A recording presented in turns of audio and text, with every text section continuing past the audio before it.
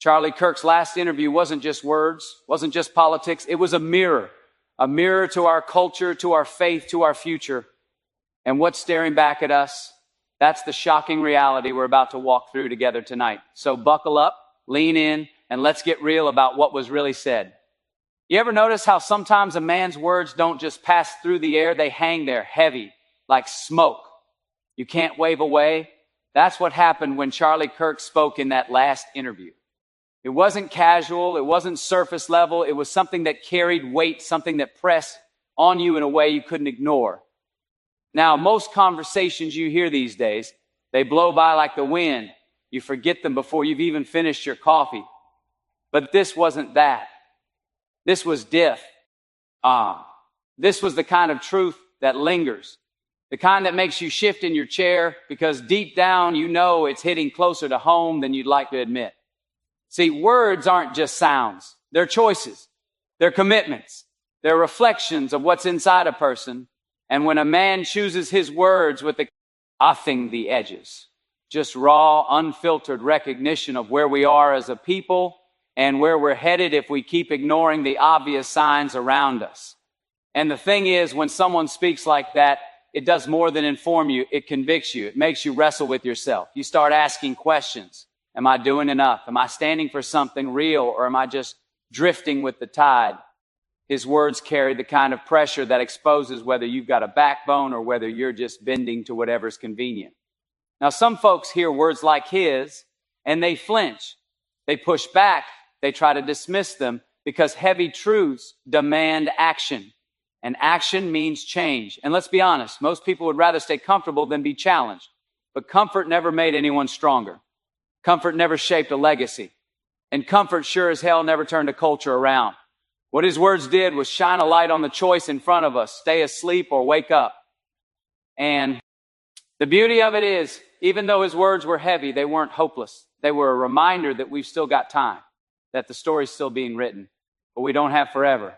His words carried urgency, like a ticking clock reminding us that tomorrow isn't promised, and today's the only chance we've got to step up. That's the weight of his words. They weren't meant to sit politely in your ears. They were meant to stir your spirit, to pull you off the sidelines, to remind you that truth always matters, especially when it's hard to hear faith. That word right there, it carries more weight than most people realize. It ain't just a word you say on a Sunday morning or something you put on a bumper sticker to feel better about yourself. Faith is tested in the fire. It shows up when the lights are off, when you're standing in the middle of the storm wondering if the ground beneath your feet is still solid. And that's what Charlie was getting at in that last interview. He wasn't talking about the easy kind of faith, the kind that fits neatly into a schedule. He was talking about faith under fire, the kind that either breaks you or makes you. Now, look around at the world today. Belief is treated like it's negotiable, like it's something you can trade in when it gets inconvenient. People talk about faith like it's just a personal preference, like choosing coffee or tea. But that's not what real faith is. Real faith isn't just for when it feels good. It's for when everything feels like it's falling apart. And what Charlie was pointing out is that we're living in a culture where faith is being tested harder than ever, where holding on to what you believe might cost you something, your reputation, your comfort, maybe even your friendships. And here's the thing. When faith gets tested, you find out real quick if it's real or if it was just for show. You can dress it up, you can talk it up, but when the fire hits, only the real thing lasts. And in that interview, why? O could feel it in his words, that conviction, that certainty that faith wasn't optional, it was essential. It wasn't just about religion, it was about the anchor that keeps you steady when the storm is trying to toss you out to sea. See, the world will tell you faith is outdated. It'll whisper that truth is relative, that conviction is stubbornness, that standing firm is arrogance. But that's a lie. Faith is what gives you direction when the compass spins out of control. Faith is what reminds you there's something bigger than yourself, something more than the chaos of headlines and hashtags. And Charlie was willing to say that out loud, even knowing not everybody wanted to hear it. That kind of courage, it's rare. Because when you talk about faith in times like these, you're not just making a statement. You're drawing a line. You're saying, this is where I stand and I'm not moving. And once you say that, people are either going to stand with you or they're going to push against you. Boo. See, at least they'll know where you are. That's the kind of clarity faith brings. And maybe that's the challenge for all of us, to ask ourselves, when our faith is tested, are we ready to stand, or are we just hoping the fire passes us by? Because it won't. One way or another, it's coming. And when it does, it'll reveal the truth about who we are and what we believe.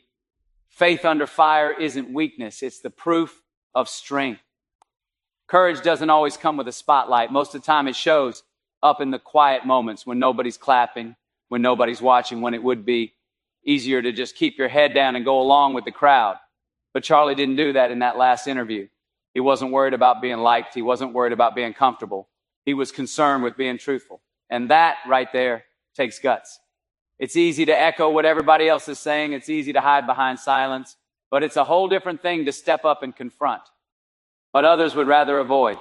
See, we live in a time where avoiding hard truths has become the default. People smooth over the edges. They filter their words. They water down what they really think just to keep the peace. But keeping the peace at the expense of the truth isn't peace at all. It's just postponing the fallout. Sooner or later, reality catches up. And when it does, it doesn't care if you were polite about it. It cares whether you were honest. That's what Charlie understood. He knew that confrontation, when done with conviction, isn't about tearing people down. It's about waking people up. Now, confrontation gets a bad name. Folks hear that word and they think of arguments, of conflict, of division. But there's another side to it. Confrontation is also about courage. It's about looking a problem dead in the eye and refusing to look away. It's about saying the thing that needs to be said, even if your voice shakes when you say it. It's about responsibility and responsible. Edie always outweighs popularity. The kind of courage he showed isn't loud bravado. It's steady, deliberate, clear. It's the kind of courage that comes from knowing you've got something worth protecting, something worth fighting for, and something worth standing on, even if you stand alone. And when he spoke, you could feel that. You could feel that he wasn't after applause. He was after accountability. He wasn't playing for the crowd. He was playing for the truth. That's the kind of courage that challenges us, because deep down, we know how often we've stayed quiet when we should have spoken. How often we've looked the other way just to avoid friction. And every time we do that, we chip away at our own integrity. Every time we choose comfort over confrontation, we tell ourselves a little lie, and those lies stack up. Until one day you look in the mirror and wonder if you even recognize the person staring back. But here's the thing. Courage is contagious. One person standing firm gives others permission to do the same. And sometimes that's all it takes. One voice refusing to bend, one heart refusing to break, one person refusing to stay silent. That's how movements start. That's how change begins. And that's how truth gets its chance to breathe again. Courage to confront is not about winning arguments. It's about standing so the truth doesn't fall. When Charlie spoke in that last interview, he wasn't just giving commentary. He was holding up a mirror. And the thing about a mirror is it doesn't lie. It doesn't bend the truth to make you look better. It doesn't flatter you. It just shows you exactly what's there. That's uncomfortable. Because when you look close enough, you don't just see what you want to see, you see what you've been avoiding. And in that mirror of society he put before us, we saw division, distraction, and a culture that's starting to lose its center. We've built a world where noise is constant, where opinions flood in from every direction, and in all of that, we've become less connected than ever. Families sit at the same table, but their eyes are on screens. Communities live side by side, but barely know each other's names. We chase likes and followers, but we struggle to find purpose and belonging. That's the reflection staring back at us. And it's not pretty, but here's the hard truth. Mirrors don't just show flaws. They also show potential. They reveal what could be if we had the courage to change. And that's what made his words sting and inspire at the same time. He was saying, this is who we are right now, but it doesn't have to be who we stay. The mirror is both a warning and an invitation. It warns us of the path we're on, but it invites us to choose another way. Now, when you look at yourself in the mirror, you've got two choices. You can pretend it's not real, turn your head, go about your day, act like nothing's wrong, or you can face it, admit the truth, and decide to do something about it. Same goes for S, society. We can keep scrolling, keep distracting ourselves, keep pretending everything's fine, or we can stop, look hard at where we are, and start making different choices. What he was really saying is that the cracks we see in our culture didn't happen overnight. They came from compromise, from small decisions stacked one on top of the other, from people choosing comfort instead of conviction, convenience instead of truth. And now here we are. That mirror doesn't just reflect the problem, it reflects the responsibility. Because if we don't like what we see, it's on us to change it. Nobody else is going to do it for us. And maybe that's why his words landed so heavy, because deep down, we know he was right. We've seen it ourselves. We feel it every day in the way people treat each other, in the way trust has eroded, in the way we've traded depth for distraction. The reflection doesn't lie, but neither does the opportunity. If we have the courage to face what we see, we've still got Tim, to turn the reflection into something we can be proud of. The mirror of society is only as hopeless as we allow it to be. Legacy. That's a word that doesn't get near enough attention anymore. Folks get so caught up in the chase, chasing success, chasing approval, chasing the next thing, that they forget what really lasts when the chasing's over. Charlie brought that into the conversation in a way that was hard to ignore. He wasn't talking about what car you drive, how big your house is, or how many people clap for you. He was talking about what remains when you're gone, when the applause fades and the spotlight moves on to someone else. See, the truth is, we're all writing a story with our lives, whether we realize it or not. Every choice we make, every word we speak, every stand we take, it all stacks up. And one day, that's the story people will remember us by. Not the trophies on the shelf, not the numbers in the bank account, but the imprint we left on the hearts and minds of the people we crossed paths with. And that's the sobering part, because legacy is built whether we think about it or not. The question is, what kind are we building? Now, most people don't stop to ask themselves that question until it's too late. They're too busy living for today, convincing themselves tomorrow will always be there, but tomorrow isn't promised. And that's why this conversation about legacy matters. Because if we don't choose it, if we don't shape it, then it gets shaped for us by neglect, by compromise, by the moments we look the other way instead of standing firm. Charlie was pointing out that legacy isn't just about family names or public recognition. It's about values. It's about truth. It's about whether people can look at your life and say, because of them, I see the world a little clearer. Because of them, I had the courage to do what was right. That's real legacy. And that doesn't come by accident. It comes by choosing day after day to live in a way that's bigger than yourself. And here's where it gets personal. If you ask yourself right now, what am I leaving behind? It'll stir something inside you, because we all know we could be doing more, giving more, standing for more. We know when T shows up in the middle of hard truths, the kind that make you swallow deep and think twice about the way you're living. That's what Charlie left us with in that last interview. The words were heavy, the realities were sobering, but tucked inside them was this undeniable thread of hope. Not the shallow kind, not the kind that just tells you everything's fine when it's not, but the real kind. The kind that says, even though it's dark, there's still a way forward if you're willing to see it. See, hard truths have a way of cutting through the noise. They make you sit up straighter. They make you pay attention.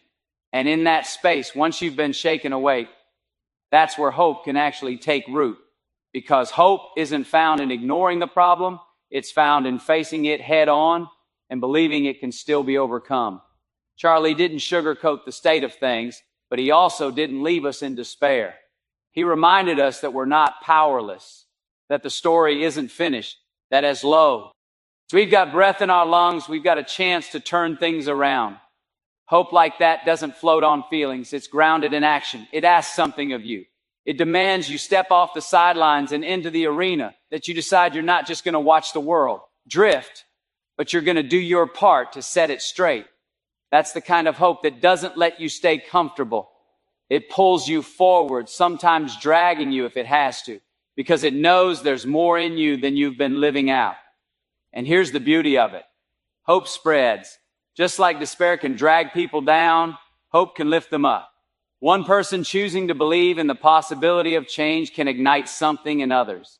One voice saying, "We're not done yet," can echo louder than 1,000 voices saying, "Give up." That's the power hope carries, and that's what Charlie was tapping into. He wasn't denying the storm, he was pointing to the anchor. He wasn't ignoring the cracks in the foundation. He was saying we still have time to rebuild. Now, it's tempting to think hope is naive, that it's blind optimism. But real hope isn't blind. It sees the brokenness clearer than anyone and still believes redemption is possible. That's not weakness, that's strength, that's courage. And that's what separates people who leave the world the way they found it from those who change it for the better. So even in the heaviness of his words, the shocking reality of it all, there was a lifeline, a reminder that if we wake up, one thing that ties it all together, it's this: none of it matters unless we decide to live it out. Words can inspire, truths can shake us, but unless they move us into action, they fade like echoes in an empty room. Charlie's last interview wasn't just about him, it was about us, about who we are right now, about where we're headed, and about whether we'll have the courage to change course. The shocking reality wasn't just what he said, it was realizing that the choice sits in our hands. We can turn away, we can keep chasing comfort, we can keep ignoring the reflection, or we can face it, we can own it. We can choose to be people of conviction, people who stand for something real, people who leave behind a legacy worth remembering. At the end of the day, the question is simple. When the lights go out and the noise fades, what will your life have stood for? Because truth is, the story isn't finished yet. And if we're willing to stand, if we're willing to believe,